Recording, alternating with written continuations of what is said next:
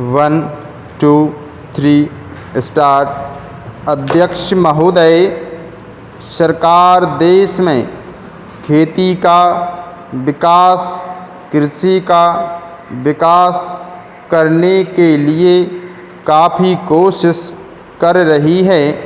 अब हमें देखना है कि सचमुच में पैदावार कितनी बढ़ रही है और खेती के नए तरीक़ों का किस प्रकार से प्रयोग किया जा रहा है। मेरा सुझाव है कि सरकार इस चीज़ की जांच के लिए एक कमीशन नियुक्त करे। वह कमीशन किसानों की हालत को देखे और यह भी देखे कि खेती पर कितना खर्च होता है और खर्च को निकाल कर किसानों की बचत क्या है।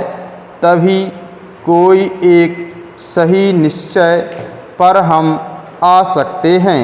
पैरा। इसके बाद एक बात मैं और कहना चाहता हूँ। हमारे यहाँ गन्ने की समस्या बहुत कठिन है। गन्ने के दाम ठीक तरह से नहीं मिलते हैं। सरकार के हिसाब से तो दाम ज़्यादा मिल रहा है, लेकिन मैं समझता हूँ कि किसान का खर्चा इतना बढ़ गया है कि इसका खर्चा निकालना मुश्किल हो रहा है। यही नहीं, गन्ने का दाम भी जितना होना चाहिए वह नहीं मिल रहा है। इसलिए इसके ऊपर फिर विचार करना पड़ेगा, क्योंकि किसान की हालत अच्छी नहीं है। हमारे यहाँ पिछली बार गन्ने का दाम अच्छा मिला तो लोगों ने काफ़ी गन्ने की खेती की, लेकिन इस साल आज अप्रैल का महीना चल रहा है और मेरे क्षेत्र का केवल 20% गन्ना अभी तक मिल में भेजा जा सका है। हम कहते थे कि गन्ने की पैदावार काफ़ी है, मिल वाले कहते हैं कि काफ़ी नहीं है।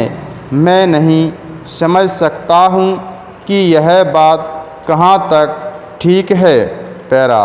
एक बात मैं और कहना चाहता हूँ। सरकारी खेती के ऊपर से जनता का विश्वास कम होता जा रहा है। सरकारी खेती से कोई लाभ नहीं दिखाई पड़ता है। किसान समझता है कि सरकार यह खेती केवल अफसरों के भाई और दोस्तों को नौकरी देने के लिए चला रही है। यह सचमुच में ठीक मालूम पड़ता है। सरकारी खेती में किसी प्रकार से काम हो रहा है, उसका मैं एक उदाहरण दे रहा हूँ। हमारे ज़िले में एक बड़ा फर्म चल रहा है, उसमें सरकार की काफ़ी पूंजी लगी है।